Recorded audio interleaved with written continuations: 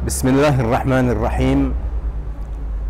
الحمد لله رب العالمين، والصلاة والسلام على أشرف الأنبياء والمرسلين نبينا محمد وعلى آله وصحبه أجمعين. أما بعد. Ang ating paksa na tatalakayin sa pagkakataong ito ay ang patungkol sa al-istiqamah, ang pagiging matuwid o matimtiman sa pagsamba kay Allah subhanahu wa ta'ala. Tunay, tayo bilang mga tao ay kabilang tayo sa mga pinag-utusan ni Allah subhanahu wa ta'ala para sambahin siya sa kanyang kaisahan. Sinabi ni Allah subhanahu wa ta'ala sa maluwalhating Quran fi surat Adh-Dhariyat, ba'da a'udhu billahi minash shaitanir rajim, wa ma khalaqtul jinna wal insa illa liya'budun. Sa malapit nitong kahulugan, at nilikha ko lamang ang mga jin at ang mga tao, walang iba maliban sila ay sumamba lamang sa aking kaisahan, sabi ni Allah subhanahu wa ta'ala. Sa ating pagsamba kay Allah subhanahu wa ta'ala, higit tayong nangailangan ng al-istiqama wa thabat, ang pagiging matuwid o matimtiman at katatagan sa pagsamba kay Allah subhanahu wa ta'ala. Tunay, ipinag-utos ni Allah subhanahu wa ta'ala sa maluwalhating Quran mismo sa mahal nating propeta Muhammad sallallahu alaihi wasallam, at ganun din tayo bilang kanyang ummat ni propeta Muhammad sallallahu alaihi wasallam. Yaqulu Allah tabaraka wa ta'ala, fastaqim kama umirta wa man taba ma'aka wa la tatghaw innahu bima ta'maluna basir. Surah Hud. Sa malapit itong kahulugan, kaya't manatili kang matimtiman o matuwid o Muhammad sa tuwid na landas kung paano ka pinag-utusan, at ang iyong mga kasamahan na bumabaling kay Allah subhanahu wa ta'ala sa pagsisisi, at huwag mong labagin ang mga pag-uutos ni Allah. Katotohanang siya ang ganap na nakamamasid ng lahat ninyong ginagawa. So, ang pagiging matuwid ay pinag-utos sa atin ni Allah subhanahu wa ta'ala.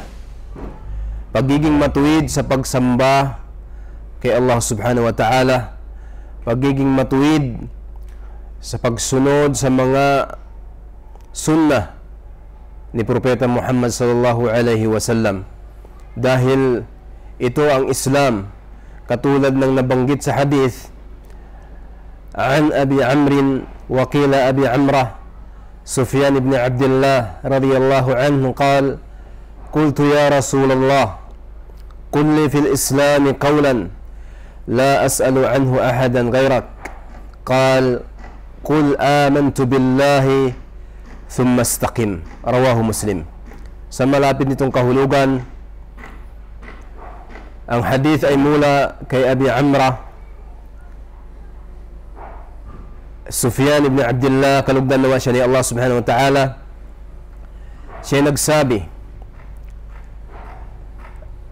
o sugo ni Allah, ya Rasulullah, kulli fil Islam, sabihin mo sa akin patungkol sa Islam, at hindi ko na ito tatanungin pa maliban pa sa iyo. Sinagot ni propeta Muhammad sallallahu alaihi wasallam, sabihin mo, kul amantu billah, sabihin mo, ako ay naniniwala kay Allah sa kanyang kaisahan. Pagkatapos, gawin mo ang pagiging matimtiman o pagiging matuwid sa pagsasabuhay sa Islam. So yun po ang Islam. Unang-una ay yung paniniwala sa kaisahan ni Allah, pagkatapos gawin ang pagiging matuwid sa pagsasaksi na walang tunay na Diyos na dapat sambahin maliban kay Allah, pagiging matuwid sa pagsasaksi o di kaya pagsunod sa sunnah ni Propeta Muhammad sallallahu alaihi wasallam, at gawing matuwid ang lahat ng pangailangan dito sa mundong ito, katulad halimbawa pag-aasawa, pag-aasikaso sa mga anak, gawin maging matuwid o gawin ang pagiging matuwid sa paghanap buhay, sa pagnegosyo, sa pagbebenta, sa pagbibili, sa pagtitinda.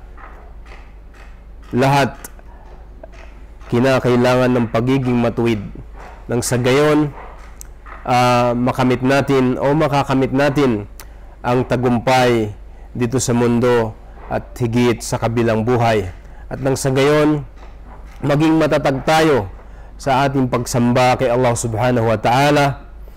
At ang ilan sa mga gantimpala sa kung sino man ang gumawa ng pagiging matuwid at matimtiman sa pagsamba kay Allah subhanahu wa ta'ala, ito po ay nabanggit sa Surah Fussilat.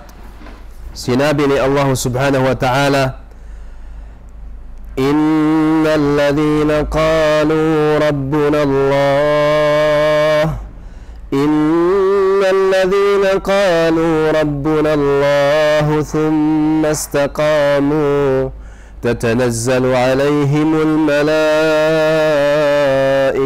ألا تخافوا ولا تحزنوا وأبشروا بالجنة التي كنتم توعدون نحن أولياؤكم في الحياة الدنيا وفي الآخرة ولكم فيها ما تشتهي أنفسكم ولكم فيها ما تدعون نزلا من غفور رحيم. Surah Fussilat. Sa malapit nitong kahulugan, sinabi ni Allah subhanahu wa ta'ala, katotohanan, sila na nagsasabi ang aming tagapaglikha, na ang aming tagapaglikha ay si Allah subhanahu wa ta'ala lamang, at higit pa rito ay tunay na sumusunod sa relihiyon ng Islam at matimtiman sa kabutihan. Ang mga anghel, mga malaika ay papanaog, nagsibaba sila sa kanila sa sandali ng kanilang kamatayan, na nagsasabi yung mga anghel, huwag kayong mangamba, gayon din ang malumbay, datapwat inyong tanggapin ang magandang balita ng halamanan, ibig sabihin paraiso, na sa inyo ay ipinangako ni Allah subhanahu wa ta'ala. Kami ang inyong naging mga kapanalig sa buhay sa mundong ito, at gayon din sa kabilang buhay. Dito ay isa sa inyo ang lahat ninyong maibigan, ibig sabihin sa paraiso. Dito ay isa sa inyo ang lahat ninyong hihilingin. Isang mabiyayang gantimpala mula sa nag-iisang si Allah subhanahu wa ta'ala, ang lagi nang nagpapatawad, ang pinakamaawain. Naway patawarin tayo ni Allah subhanahu wa ta'ala sa lahat ng ating mga pagkakamali at mga kasalanan, at naway kahabagan tayo ni Allah subhanahu wa ta'ala na panatilihin niya tayo sa relihiyong Islam sa tuwid na landas hanggang sa babawian tayo ng buhay. At kabilang o ang ilan sa mga dahilan na kung saan tayo ay manatili sa pagiging matuwid o matimtiman sa pagsamba kay Allah subhanahu wa ta'ala, sa pagsunod sa sunna ni Propeta Muhammad sallallahu alaihi wasallam, ay yung una, pagsasagawa ng sala na 5 beses sa maghapon. Dahil tuwing binabasa natin ang Suratul Fatiha, sa tuwing tayo ay nakatayo, na binabasa natin ang Suratul Fatiha, napapaloob sa Suratul Fatiha ang panalangin, ang paghiling kay Allah subhanahu wa ta'ala na paghiling ng gabay sa tuwid na landas. Yung sinabi ni Allah subhanahu wa ta'ala na ating palaging binabasa sa sala, ihdinas siratal mustaqim. Kami po ang inyong gabayan o patnubayan sa tamang landas, o di kaya kami, o Allah, inyong gabayan na manatili sa tamang landas o sa tuwid na landas. At ganun din ang palagiang paghiling kay Allah subhanahu wa ta'ala, no, ng katatagan sa relihiyong Islam, katulad ng sinabi ni Propeta Muhammad sallallahu alaihi wasallam, ilan sa mga o kabilang sa mga panalangin niya, ya muqallibal qulub thabbit qalbi ala dinik. O ikaw, ya Allah, ang tagapagkontrol ng mga puso, panatilihin mo ang aking puso sa pananampalatayang Islam.